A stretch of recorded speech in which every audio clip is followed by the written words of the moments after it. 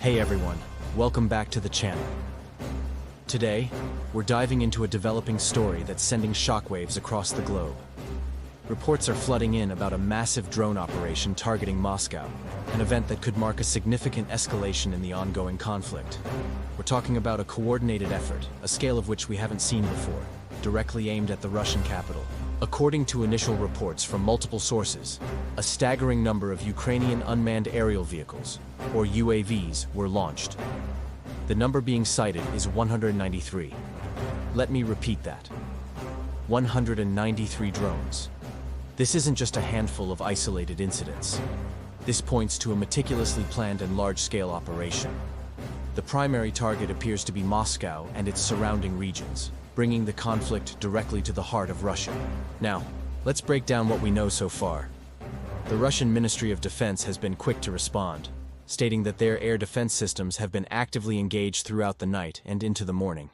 They claim to have successfully intercepted and neutralized a significant portion of these incoming drones. Videos are circulating online, purportedly showing Russian air defenses, like the Pantsir S-1 systems, firing into the night sky. We can see streaks of light and hear explosions, which residents are describing as the sounds of drones being shot down. However, despite these defensive measures, it appears not all drones were stopped. There are emerging reports of several impacts within the Moscow Oblast. We're seeing images and videos of damaged buildings, shattered windows, and emergency services rushing to various locations. One of the most significant reported hits was on a non-residential building in the Moscow City Business District, a very symbolic and high-profile area. This suggests that some drones were able to penetrate what is supposed to be one of the most heavily defended airspaces in the world. The types of drones used in this operation are also a key part of the story.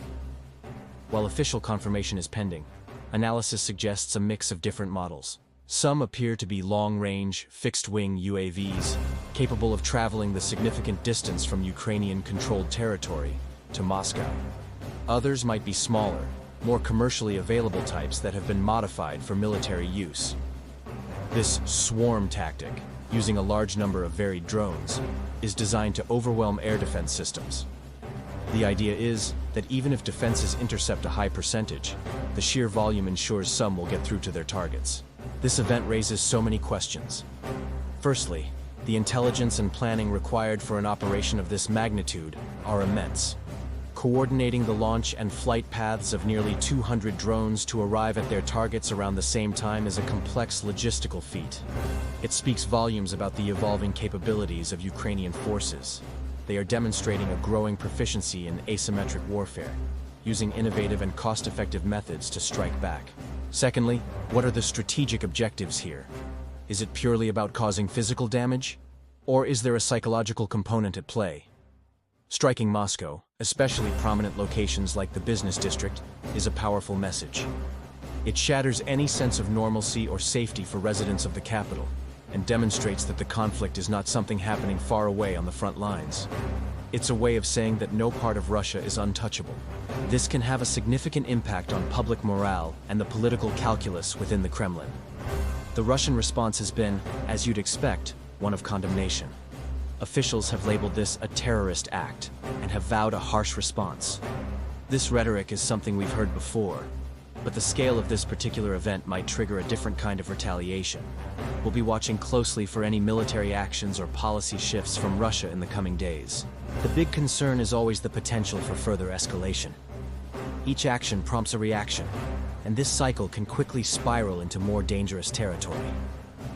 Internationally, the reaction is still taking shape. World leaders will be carefully watching and weighing their words. For Ukraine's allies, this event could be seen as a legitimate act of self-defense, a response to the relentless attacks on Ukrainian cities. For others, it might be viewed as a provocative move that risks widening the conflict. This is the tightrope that international diplomacy has to walk in these situations. From a technological standpoint, this is a fascinating and sobering case study in modern warfare.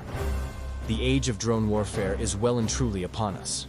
We're seeing how relatively inexpensive, off-the-shelf technology can be adapted to create potent strategic weapons. It's changing the battlefield calculus, allowing smaller nations to project power in ways that were previously unimaginable. The advantage is no longer just with the side that has the most tanks or fighter jets. Now, let's talk about the human element. For the people of Moscow, this is a frightening development. Air raid sirens, the sound of explosions, and the sight of damaged buildings bring the reality of war home in a very visceral way. We've seen countless videos of people reacting, some with fear, some with defiance. It's a stark reminder that in any conflict, it's ordinary people who often bear the brunt of the fear and disruption. As we continue to gather information, it's crucial to be cautious about sources. In the fog of war, misinformation and disinformation can spread like wildfire. We're committed to verifying the reports we share and providing you with the most accurate picture possible. We're cross-referencing information from official government statements, independent news agencies, and on-the-ground citizen journalists to piece together what happened. So, what happens next? The immediate aftermath will involve damage assessment and a robust investigation by Russian authorities. Militarily, we can expect Russia to bolster its air defenses around Moscow and other key cities. They will likely be analyzing the flight paths and debris from the drones to better understand their capabilities and origins to counter future attempts.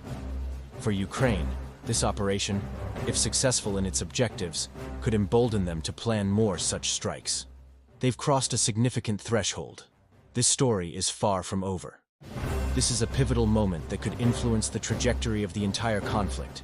The psychological impact, the strategic implications, and the potential for escalation are all massive factors that will unfold in the hours and days to come. We'll be keeping a very close eye on all developments and will bring you updates as soon as we have them. The world is watching to see how both sides, and the international community, respond to this unprecedented event. Thank you for joining me for this important update.